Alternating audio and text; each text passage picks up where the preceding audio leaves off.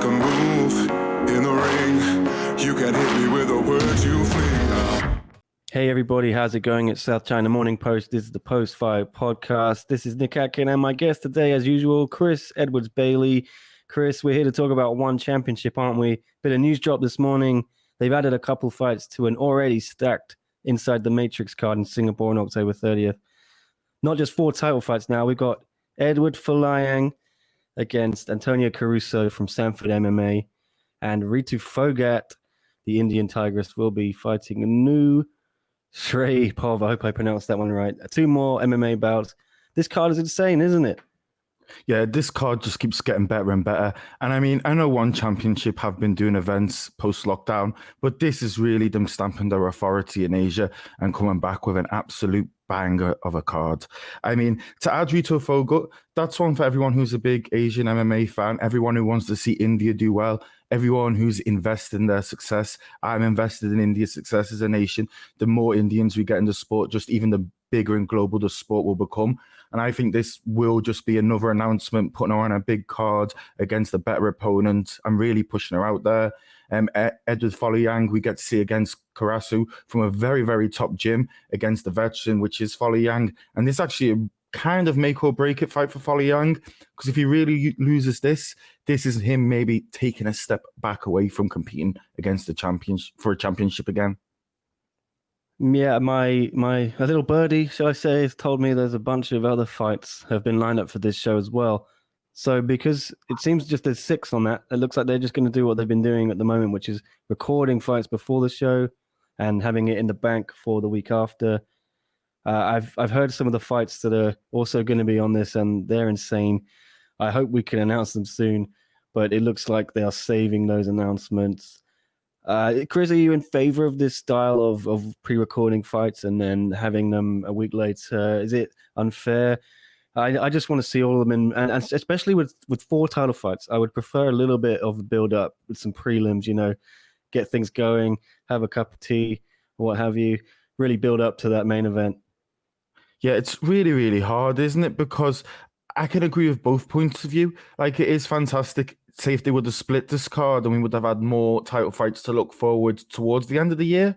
But then at the same time, there's something about One Championship, particularly as well, something to do with Asian MMA, that they do like to do these big tentpole, huge events once every 4 years. Maybe it's the effect of professional wrestling in the region where they want to have their 4 main events, similar to, say, tennis, where they have 4 main events and then everything else fits around that kind of schedule. So I don't hate it, because the thing is, these kind of events particularly get fans from Europe, fans from America, and get more casual fans in, because I have friends who will look at One Championship card and will just look at the very top of the card.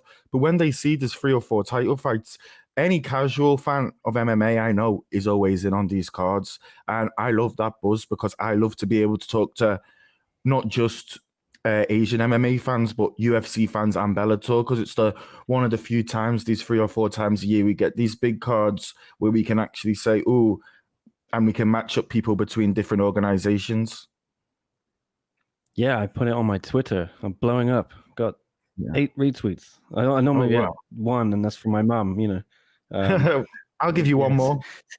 Thank you. Seems like people are interested in this. I haven't seen such interest in a one show since Century in Tokyo. Ooh. A year ago to the day. That might be a good segue to talk about something which I posted online. Angela Lee revealing to me that she thought about retiring after that fight a year ago today. And now she's pregnant, obviously, but she says she's more motivated than ever. We almost lost Unstoppable, Chris. Angela, after beating Zhang Jingnan, she thought about, that's it, I've achieved everything I want to do. Are you surprised at that? Does it even matter anymore? Because it's obviously not going to happen, but was that the right time to walk away with your Angela? I think it would have been totally the wrong time. I mean, her brother just became a world champion. And it is just a really, really odd story, because she back then, she was, 24 then? She's 25 now, I believe, or still maybe 24. And I think she's 24 now and was 23 then, or roughly. And to see that she's still improving, she has so much more to give. I don't know if something's happened between now and then, or having the baby or something like that has added extra motivation. I actually found it interesting, just steadfasting an insight mind into a fighter. And what I also liked about it is it's a little bit of an oddity because everyone can remember, and you were at one championship century. It was kind of spoilt a little bit by a typhoon, and right now in Hong Kong we have got a typhoon.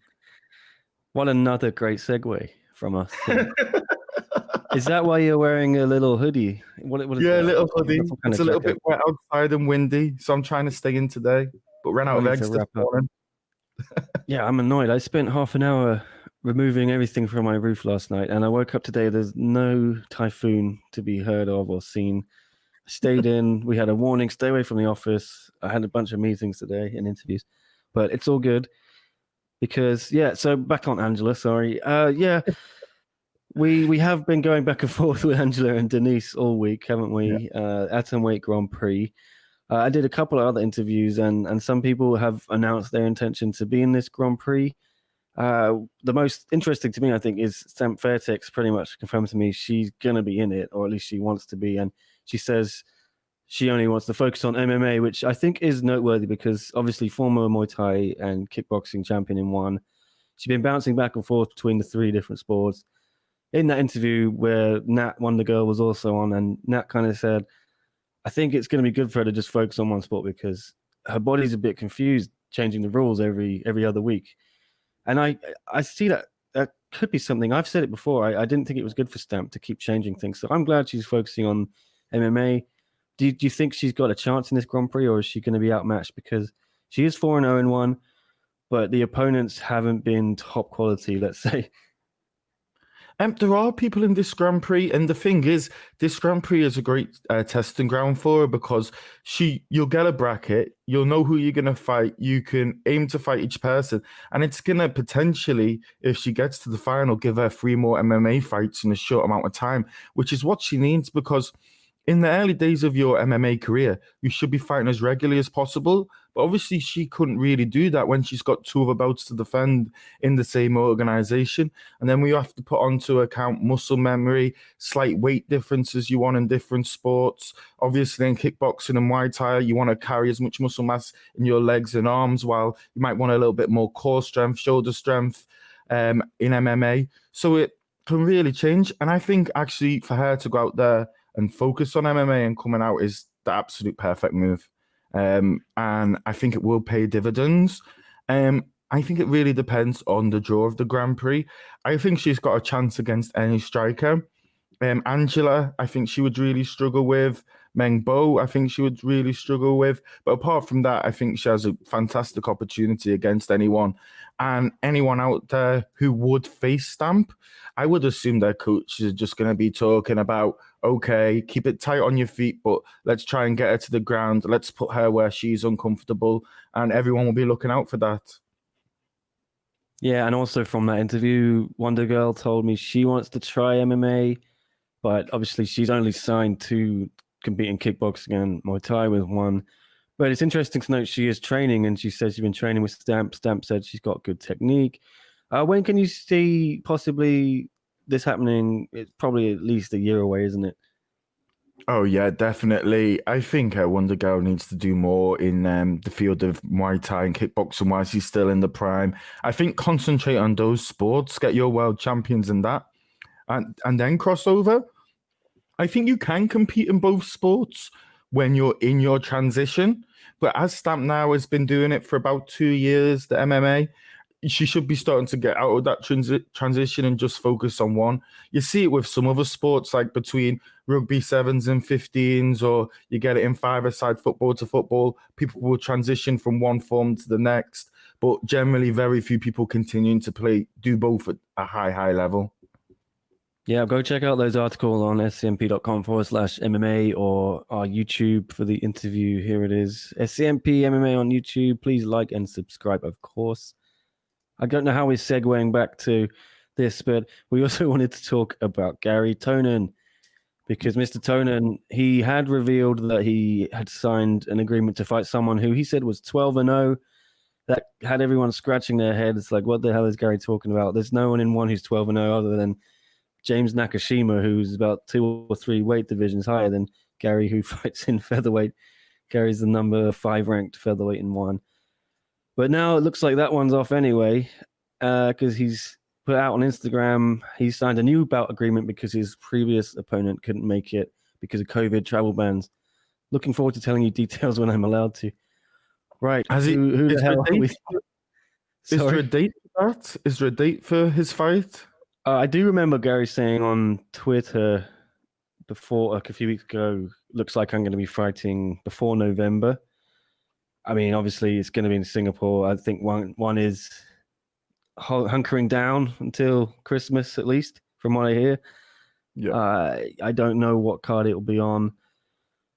I feel Robert Deagle will be coming over soon as well to take up his job as head trainer at Evolve. I think he's now moving over there from the Danaher Death Squad.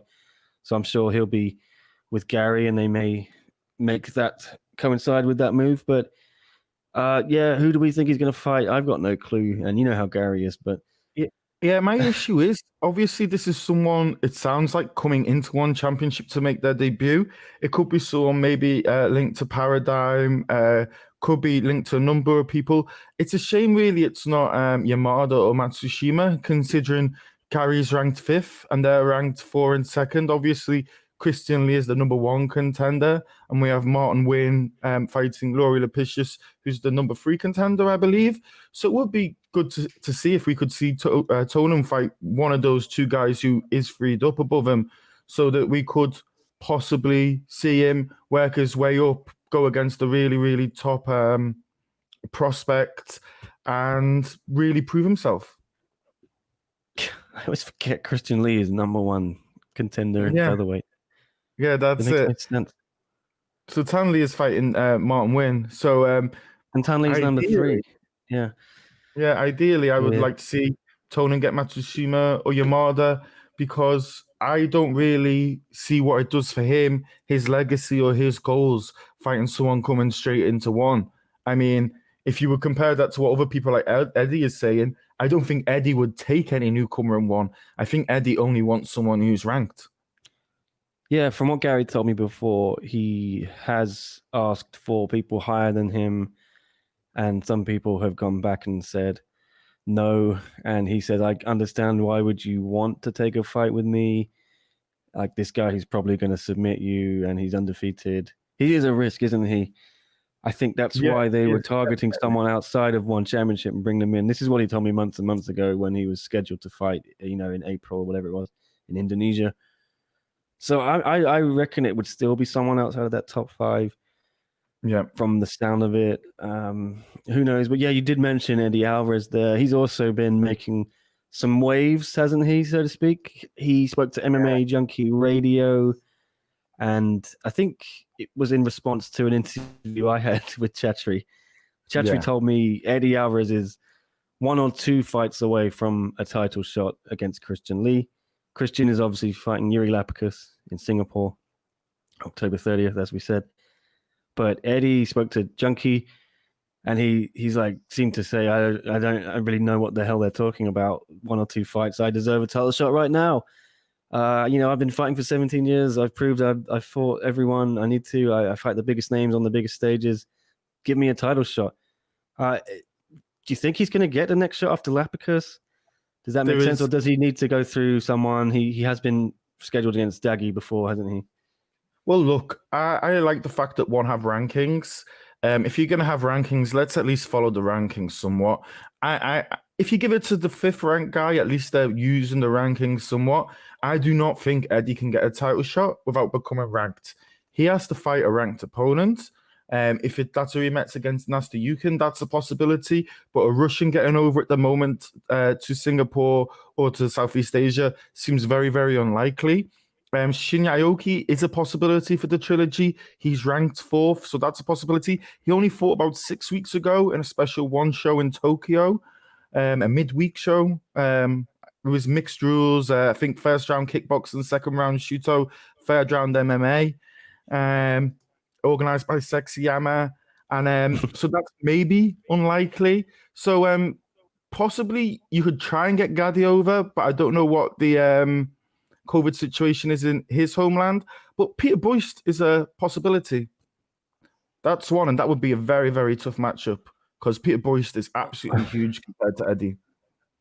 Well, I can tell you Peter Boyce has another fight lined up. It's not Eddie, but Okay.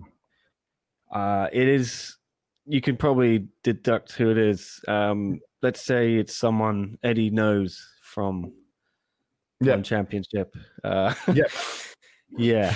So, I mean, no, it's public knowledge. It's out there. Peter Boyce has been training with Reinier de Ridder in the Netherlands, who is fighting Ong La and Sang. So, yeah, I don't think Eddie's going to fight him. I think, either Eddie just waits and waits and waits, which he seems content to do. And another thing he mentioned in that article I covered from MMA Junkie, that interview, he said, Demetrius and we can't get out of America. Right now, Americans can't fly over there. I'm waiting when all the restrictions get lifted. Me and Demetrius Johnson are. Yeah. Which is weird because I was thinking, hang on, Ong Lan Sang, he lives in Florida. So does Tan Lee. Martin is coming from Florida as well. He obviously trains with Ong La. Yeah. So is Antonio Caruso. Is it just because Eddie lives in Philadelphia or Jersey that he can't get out there? Is there different rules for different states? Yeah, maybe different rules for different states. I do know, in particular, Florida has been very, very lax with their regulation. They're looking at full stadiums there, despite the fact they've had 15,500 deaths. So maybe it's just the regulation with that. Maybe as well, having that ASEAN passport is just a little bit easier. Maybe that's it, because a lot of these fighters, they are Asian or of Asian heritage. Maybe it does make it a little bit easier to get to the region because they're not entering as Americans, are they? That's a good point. Yeah. Well, yeah, because Caruso is Australian, isn't he? Yeah. I think. Okay, yeah, that makes sense. And America has not got a good reputation at the moment in Asia when it comes to COVID, has it? No. What about, there's something else Eddie said I wanted to highlight. I didn't actually write it in the article, but these were interesting comments because, the guy who knocked him out on his one debut, Tim Nasty, everyone said he looked so much bigger. Eddie said the guy was so much bigger than me back then. And then when Eddie fought Edward Folayang looked so much bigger than Eddie. They're fighting in the same weight class. Obviously, Eddie came from UFC where he was fighting in lightweight, but he still fought in one's lightweight division, even though they do hydration. So most fighters kind of naturally fight a division up, don't they? But he said, here is a quote to MMA Junkie again. I entered one as a lightweight, but when I look around at the field and even when I'm weighing in the night of the fights, guys are double my size at that weight class. So I'm really just taking on all comers. I'm undersized for the weight class, but I've had the last year to put on some muscle and size, kind of build into the weight class and get a little bigger, doing some adjustments for the weight class I'm in. It's 170 hydrated, but guys are big. I just need to get used to the new weight class. That's all. Yeah, it's interesting, isn't it? Because some people are thinking the hydration test, it's as good as it sounds, 70, that's also hydrated, but I do believe is it 2 kilos they give you off for hydration based on you have enough water in your system. They can give you a 2 kilo leeway, which is even on top of that, that's another 4.4 pounds. So if you consider that, you can maybe get away with 174, 175 when he used to fight at 155 dehydrated. It does make sense that maybe he should move down a weight class because generally everyone who's moved over, they always look a little bit bigger or a little bit smaller. And I feel maybe it's not a like for like weight class change. The weight class actually, if in the UFC, if they were to walk around at their natural weight, they'd probably come up slightly more than 170. Yeah, sorry. I said move up a weight class. I meant down, obviously. Eddie, Eddie to me, I've stood next to him, stood next to Martin Nguyen. They seem more the same size to me. So I wouldn't mind seeing Eddie in the featherweight division. Do you think it's just pride getting in the way that he doesn't want people to say, "Oh, you're ducking the lightweights over there"? at Gardy, at Nasty Yukon, at Ariel Sexton, at Amir Khan, they are all much, much bigger than Eddie Alvarez, and they all have much, much bigger frames than him. Eddie Alvarez, though, on the other hand, has always not been the biggest lightweight. If you were to compare him to even Khabib or Tony Ferguson, you will realize he is considerably smaller than both of them. Yeah, I remember the McGregor fight. He was a lot smaller than Conor there, but well, I actually think to look at Demetrius Johnson. Demetrius Johnson, I think about a year ago, actually, after the Century Show, he talked about winning the Grand Prix with Ariel Helwani, and he talked about that he thinks everyone is much bigger than him, and that he actually thinks in one he would have been better maybe going down a weight, and he would have more chance of winning a title down a weight than at flyweight, and him going down would be more likely than him going up. Oh, I'd love to see DJ in strawweights with one. Yeah, I think it would be absolutely fantastic. Because they have a great division there. Josh Pazio, great champion. Rene Catalan. Yeah, let me bring up those rankings. We could even get him against my favorite unranked fighter in one championship, the Cuban man himself, Gustavo Ballart. Shout out to Gustavo Ballart if you're watching. Love you, baby. You love shoehorning in a mention of Gustavo every time. If I can get Gustavo Ballart and Sexy Yama into every podcast, I'm a happy man. Yeah, there's some fun fights there for DJ. Yeah. Maybe he can go if he gets the Mariah's fight finally. I don't know when the hell that's going to happen. If he's stuck in America. Sure. I mean, Mariah's is in Florida as well, but I don't know how it works for him as a Brazilian. Say that happens. He could maybe try and be two-weight champ because it wouldn't be too hard to get down to strawweight maybe. Although maybe he's been putting on size like Eddie has this year. Yeah, and maybe he's doing the same thing. I feel like those two talk, and they, every time they fight in one, they're always on the same card. They're usually in the, the backstage area. They watch each other's fights. Obviously, I'm sure they've been talking about the size discrepancy, as you mentioned. DJ has mentioned it a few times, hasn't he? He says it after every fight. It was very apparent after the one against in Manila. Who was the second guy he fought in one? Not Yuya Wakamatsu. Rack my brain. Fight was Tatsumatsu Wada. Yeah, Wada was so much bigger than him. Wada's huge. I think Wada's about 5'8", isn't he? Yeah, and Moraes is even bigger. Yeah. I think Moraes it's going to be so apparent how small DJ is for this division in one. Yeah. But I still back him to beat Moraes. Moraes is fantastic, but DJ's the GOAT. 100%. Maybe this is something we talk about because I spoke to Reese McLaren. Reese won last Friday, right, in Singapore, one reign of Dynasties. I mentioned the idea of maybe a little interim belt in that flyweight division because Moraes and DJ aren't going to fight anytime soon, it looks like. So what do you think? Maybe take the rest of that top five, put them all against each other, create an interim belt? Yeah, an interim belt would be fantastic. I mean, look, you've got the two guys who have to fight for the title are based in America. It really is a shame with the American talent that one isn't really thinking about doing a fight island in America or in Hawaii or something like that, because it would just be great to get, because some of the divisions we've got totally moving now after lockdown, well, some are totally stagnant. I mean, the Muay Thai and kickboxing is going from strength to strength, but particularly these lower divisions are slightly being neglected. Well, all I can say is, there's a bunch of more exciting fights coming soon to be announced. I wish we could talk about it, but they are not official 100% yet.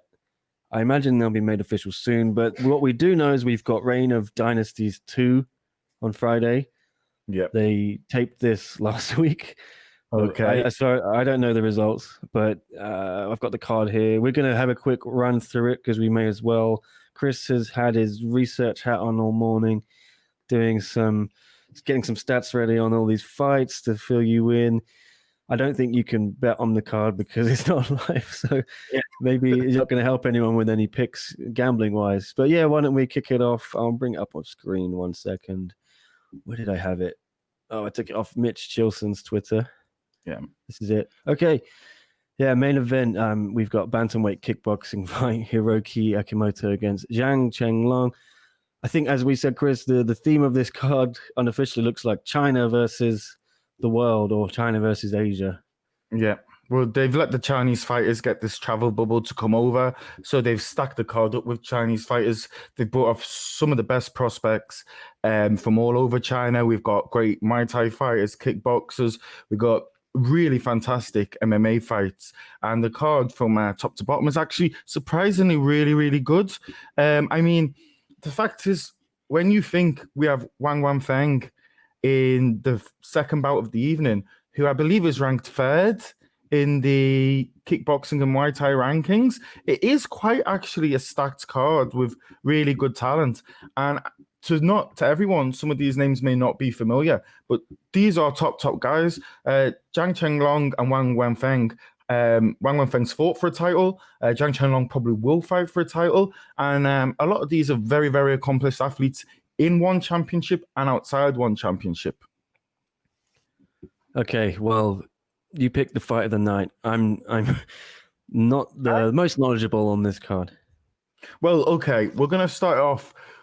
First of all, we are the South China Morning Post, so the main event and the co-main event straight away, because the main event, Hiroki Akimoto, he's 21-1, based out of Evolve MMA in Singapore, top prospect from Japan, been training back and forward in Thailand since he was 12. Probably in one championship, his best win is probably Josh Chona, but here's the problem. He might not be a homegrown name to everyone, but Zhang Chenglong is an absolute beast, a Muay Thai boy, 49-13, third generation professional martial arts competitor, done absolutely amazing things over in Thailand. He beat Singdom, he beat Long Chai, he beat Kiat Pech. He has been a world championship, I think, in Top King promotion. He had a fantastic run in Glory. Double-digit wins, only 2 losses, I believe, on his record. We do have to big up this guy, I guess, is the South China Morning Post. These are from Shengli Fight Club, just over the border in Shenzhen. And Xi Jinping's going to be there this week. You never know, he might pass by the fight club to wish his boys some good luck, bring some gold home back to China. So, one China, we stand with you. So I think that's going to be an absolute banger of a fight. It's going to be fantastic. And I think Zhang will probably have a bit too much experience. And I think he will slowly piece away Akimoto. But Akimoto is capable of a lot. There is a reason why Chatri signed him to his own gym, Evolve, as a striking coach, because he generally does not sign mugs. So this is going to be an absolutely great fight. Obviously this card actually has. Oh yeah, carry on, Chris, with the co-main event. Sorry. We'll do the co-main. We got the Deadly Star, Pet Piatai versus Zhang Chunyu, who's also based out of Shenzhen at Shengli Fight Club. He's 42-13-3, but this is going to be a really, really tough ask. Good luck to him. But Pet Piatai, he's been doing it since I think he was about 12 in Thailand, training since he was 6, 162 wins on his record, 62 losses, Lumpini champion, WBC champion, Rajadamnaran champion. So this is someone who truly has seen it all. While Zhang, relative, even though he's had a lot of fights in Thailand, in China, most of it has been in Kunlun. And this is a really, really big step up for him. This is a really, really hard fight to win. I just remembered Keanu Suba, obviously, is on this card from Malaysia. Yep. He is coming back from that horrific leg break or shin break, wasn't it, right? In May 2019, I think. Yeah, it was absolutely horrific. But I think it's his first fight back since then. He's 6-3 in one championship. He has been solid. He's still only 26 years old. But it's going to be really, really, really... Oh, look at that. Does anyone else get a pain in their leg when they see that? I remember this being so bad when I saw it. Yeah. I can't believe it took the ref so long. Yeah, that was late, wasn't it? Oh, ouch. He's such a nice guy. Yeah. Great to see him back. Really happy for Keanu. He deserves it. I know it's been a long road back. How do you think he's going to do? Sorry, Chris, Yeah, carry on. I really, interrupted really you there. hard. No, it's absolutely fine. But Tang Kai himself is a top competitor. I think he's at Dragon Warrior Gym in Shanghai. Does some training with Team Alliance. Grew up from a boxing and a wrestling background. Wrestled since the age of 12. He's got top wins against Son Jong Lee, which was a fantastic win. Anyone out there who wants to find it, it's a KO in MMA by body kick, which is very rare and very, very impressive. But the only problem is his last fight against Edward Kelly was really, really poor. And I thought he was very lucky to finish him. But apart from that, probably I will go with Tang Kai on this one over Suba. But we don't know what, after that time out, how much he's improved, also how much the injury's been a setback. I just really hope he can get through the whole 3 rounds really unscathed and that leg is okay. All right, break down anything else on the opening 3 bouts, Chris, that you can tell anyone? Well, the Muay Thai fight actually for me of the evening, I believe will be the Aswan Chewil versus Wang Wenfeng. Ranked number 4 actually in the bantamweight Muay Thai rankings. A lot of his losses have been close split decisions. He went very, very, very well with Elias Anachai for the strap back at Age of Dragons in Beijing last year. Put on a solid performance. Aswan has shown everything. He's one of Malaysia's top Muay Thai competitors. But Wang Wenfeng has been there, seen it, done it all. A world champion in his own right. And I think if there's going to be a fight that gives us a fantastic KO, something we can show on the review show, maybe it should be this fight. Okay. And then, one more MMA bout, right? Yeah, for the Li Tao Miao and Ryuto Sawada, this is an odd fight actually because they got similar records. One's 12-5, one's 12-4. Ryuto Sawada's come through the Warrior Series, won both his fights in the Warrior Series. It's 1-1 in one championship main series. All 3 of his wins have been submissions, 3 different submissions actually. He's got a wide variety. He's got a black belt in karate. His BJJ is only a purple belt, but he does seem very confident on the floor. He had 3 losses in Shooto World Championship fights. So every time he got to the title in Shooto, he did lose it, but it does show he is good. And 2 of those losses were against Saruto and Naito, who did go on to win the one World Championship, Strawweight Championship. And he is out of Evolve. So obviously Chatri must have a lot of faith in him to see him in the Warrior Series, to sign him over to his gym. And it's just so hard because you've got Li Tao Miao then, who comes actually from a striking background, but has always shown really, really good wrestling. He's at My MMA, but he does BJJ out of Fighting Brothers in Beijing, a place I've had the opportunity to train out of once or twice before. Really nice people, really good gym, fantastic sander. And yeah, it's really a fight that could go either way. And I actually think whoever wins this may actually get a really big push from the promotion because it does seem like they're looking for more of a push into China again because they've tried it and it hasn't quite worked out. And I think Miao Li Tao has a great chance to push forward, and same with Sawada because they're the 2 markets they're really looking for. And I think if either of these can get a knockout win, we'll see them on another main card probably early in the new year, pushing for a top 5 place, particularly because they've been signed with one so long and with Sawada coming from the Warrior Series. All right. Well, what about opening bout? Have we done this Mohammed bin Mahmoud and Hanji Hao or anything to add? This actually is a odd fight because I've looked on 3 different websites, one championship app. Every single one gives me different records for the fighters, which is quite questionable. From everything I can see, Hanzi Hao, he's fought KFC. He's fought much higher levels in China. Mohammed bin Mahmoud has not really fought anyone of note. His fights and won have not really gone his way. Lost 3 out of his last 4.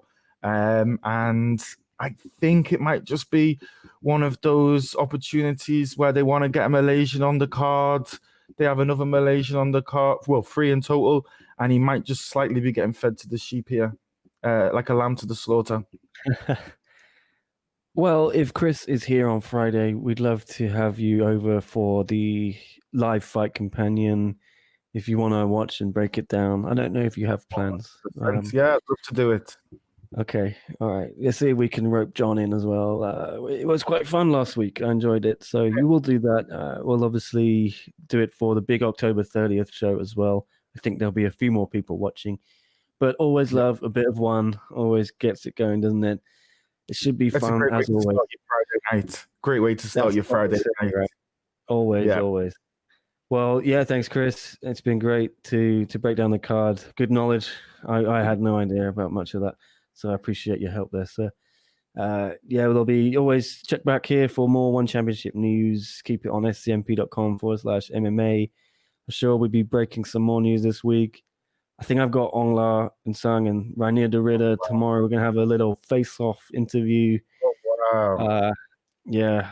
I think it's two of the most entertaining guys. 2 guys who would absolutely rip your head off, but if you met them in the street, you wouldn't know because genuine nice guys, the both of them. Yeah. I mean, we're having a face-off, but I don't think it's going to be an angry Paulo Costa, Izzy Adesanya kind of face-off. Yeah, fingers crossed, going to get into the SCMP studio to record that and make it look all nice and fancy. Although we might be stuck still with this typhoon, which hasn't picked up yet, has it, Chris? No, not really. But supposed to pick up this morning. They might decline towards the end of the day, but it's a good day in. Everyone can get a little bit of work done at home, and maybe if the typhoon signal comes down, they can go have a drink or a meal with the friends, and keep Friday night free for the fight companion.